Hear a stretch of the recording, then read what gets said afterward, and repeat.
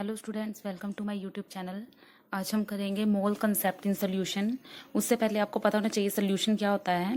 Solution जो 9th class में भी पढ़ा आपने, सोल्यूट और सोलवेंट की क्वांटिटी को सोल्यूशन कहते हैं। ठीक है, a solution is a homogeneous mixture of two or more homogeneous mixture of two or more chemically non-reducing components. The component of solution present in similar amount is called solute, while the component present in large amount is called solvent. अगर तो आपका solution suppose 100% है, तो उसमें अगर large amount होगा यानी 75% होगा तो वो तो है आपका सोलवेंट, और जो आपका स्मॉल अमाउंट होगा like 25% that is your solute. ठीक है, यानी कि जिसकी तो मात्रा ज़्यादा होगी वो होगा सोलवेंट, जिसकी मात्रा कम होगी वो होगा सोल्यूट। ठीक है, पता लग गया। सोल्यूशन सोल्यूशन वो होते हैं जिसमें सोल्यूट और सोलवेंट होते हैं। सोलवेंट तो होते हैं ज़्यादा, ठीक है, लार्ज क्वांटिटी में, और कम होते हैं जो होते हैं सोल्यूट। तो मोल कंसेप्ट में शुरू करते हैं। कंसंट्रेशन ऑफ सोल्यूशन की टर्म्स आज सिर्फ ये फॉर्मूले करेंगे हम, और कल हम इनके ऊपर न्यूमेरिकल करेंगे। सबसे पहले है मास परसेंटेज,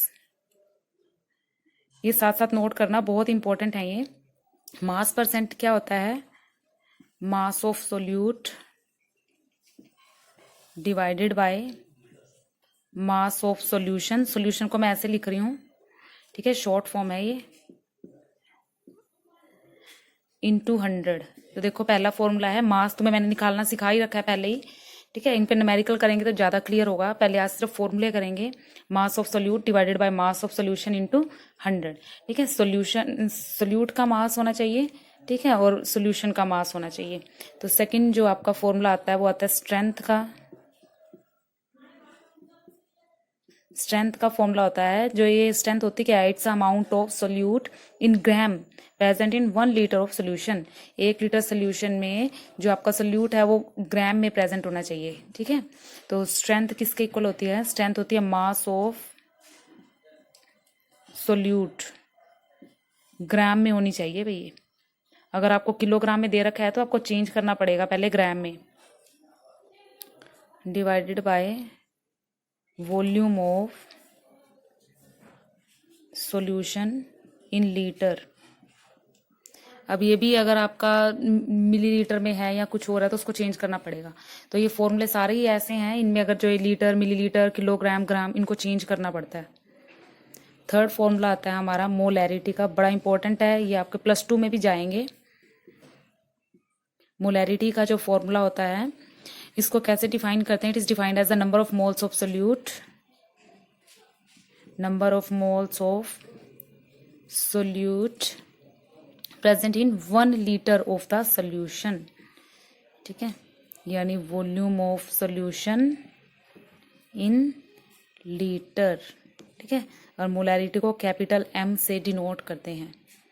ठीक है, साथ में इनको जब ये आगे फॉर्मूले करेंगे इसकी शॉर्ट फॉर्म में लिखेंगे तो M is equal to W2 divided by M2 into 1000 divided by V होता है। इसमें आपका जो ये M है, M तो है अमाउंट ऑफ सोल्यूट इन ग्राम। ठीक है, M अमाउंट हो गया, और जो आपका W2 है ये है अमाउंट ऑफ, सॉरी, M तो आपकी मोलैरिटी है, ठीक है, ये अमाउंट ऑफ सोल्यूट इन ग्राम जो है ना वो वेट है, W2। ठीक है, M तो आपकी मोलैरिटी है,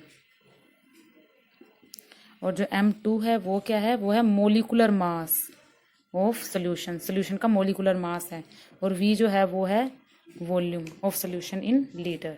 तो ये फॉर्मूला वेरी इंपॉर्टेंट है। ठीक है, इन पे न्यूमेरिकल करेंगे। मैं पॉज कर रही हूँ, ये आप स्क्रीनशॉट ले लो, फिर आगे करते हैं। अगला जो फॉर्मूला हमारे पास वो है स्टूडेंट मोलैलिटी। ध्यान रखना वो मोलैरिटी था, ये मोलैलिटी है, इसको छोटे m से, ठीक है, स्मॉल m से डिनोट करते हैं। और ये होता है फॉर्मूला इसका, moles of solute divided by moles of solvent in kilogram.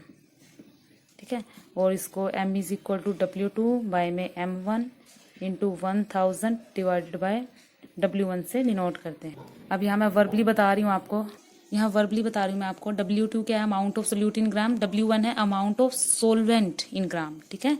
ये है सोलवेंट इन ग्राम और ये क्या है, amount of solute in gram. M1 आपको पता ही होगा, सॉरी यहाँ पर मोलिकुलर मास है सोल्यूट का।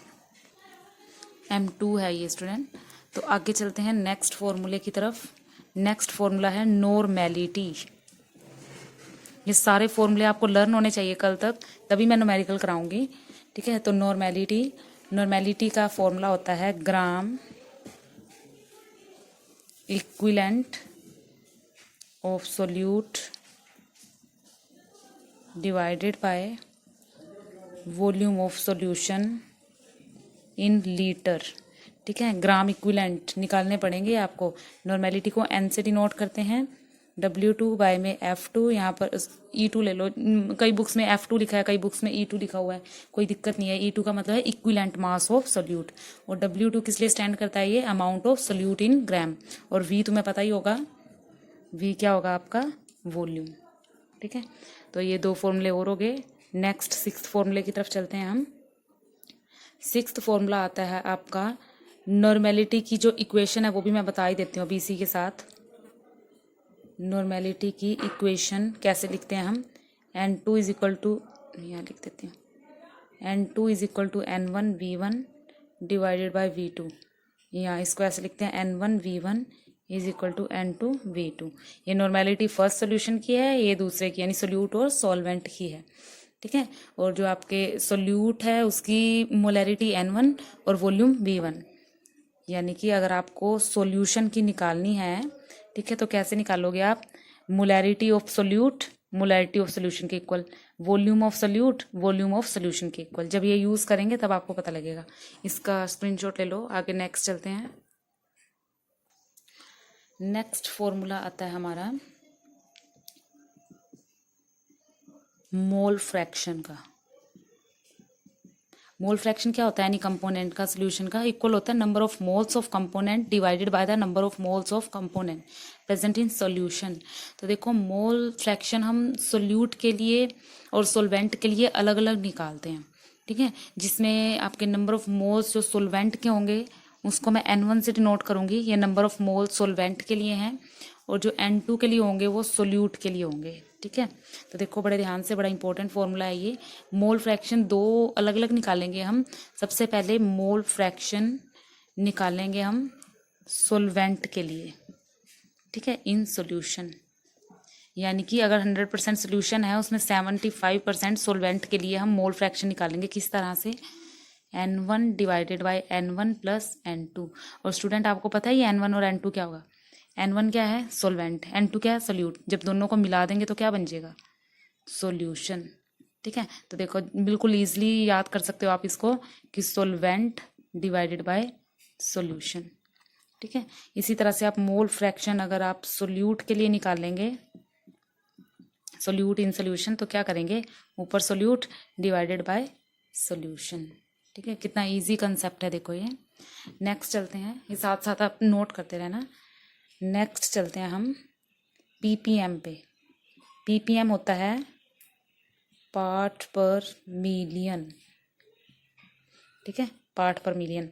और इसका फॉर्मूला होता है mass of solute divided by mass of solution into 10⁻⁶, याद रखना, ठीक है।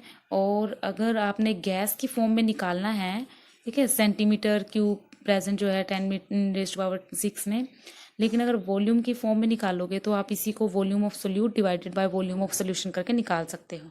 ये मास की फॉर्म में है, वॉल्यूम की फॉर्म में भी निकाल सकते हो, volume of solute divided by volume of solution into 10⁻⁶। यहाँ पर एक चीज़ ध्यान रखनी है, आपने केस लेना है गैस का। इसको volume of gas centimetre cube जो होता है वो प्रेजेंट होता है 10⁻⁶ सेंटीमीटर क्यूब ऑफ एयर, लिख लेना ये लाइन।